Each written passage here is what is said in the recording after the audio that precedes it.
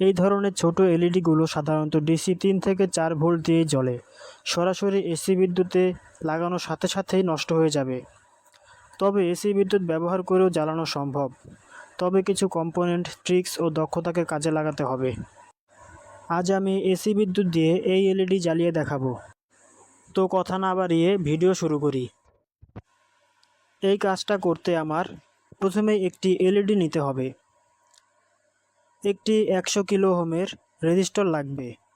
সাথে একটি 1N4007 diode প্রয়োজন হবে। সম্পূর্ণ কাজটি প্র্যাকটিক্যালি দেখাতে একটি 2-পিন প্লাগ নিতে হবে।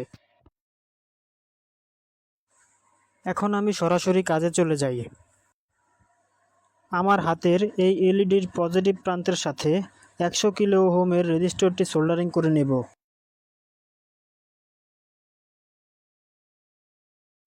এলইডির নেগেটিভ প্রান্তে 1N4007 ডায়োডটি সোল্ডারিং করে নেব।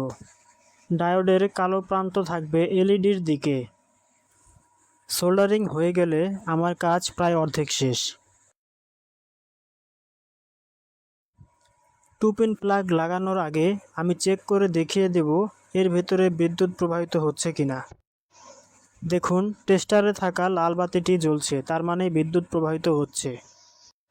এগুলো অনেক বিপজ্জনক কাজ, তাই কোনো প্রকার সাধারণ জ্ঞান ছাড়া অথবা পূর্ব দক্ষতা ছাড়াই এ ধরনের কাজ করা সম্পূর্ণ ঝুঁকিপূর্ণ।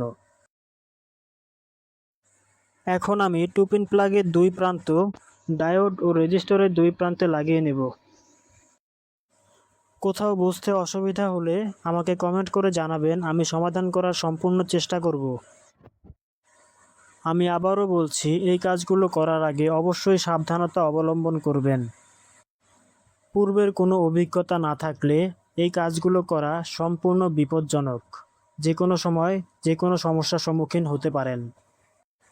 অনেকেই আছেন এই ধরনের ছোটোখাটো কাজ করেন, তবে সাধারণ কিছু কাজ না জানার কারণে অনেক কাজই আটকে থাকে। তাদের জন্যই মূলত এই ভিডিওটা। ভিডিওটি যদি কারো উপকারে আসে তাহলে অবশ্যই একটি সাবস্ক্রাইব করে দেবেন। আমার কাজ শেষ। এখন এটাকে আমি সরাসরি এসি বিদ্যুৎ দ্বারা জ্বালিয়ে দেখাবো। এর আগে আমি মাল্টিপ্লাগটিতে বিদ্যুৎ আছে কিনা দেখিয়ে দিচ্ছি। যেহেতু টেস্টারের লাল আলোটি জ্বলছে, তার মানে এর ভেতরে বিদ্যুৎ প্রবাহিত হচ্ছে।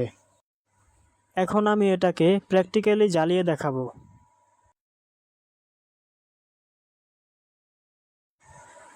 দেখুন কত সুন্দরভাবে জ্বলছে।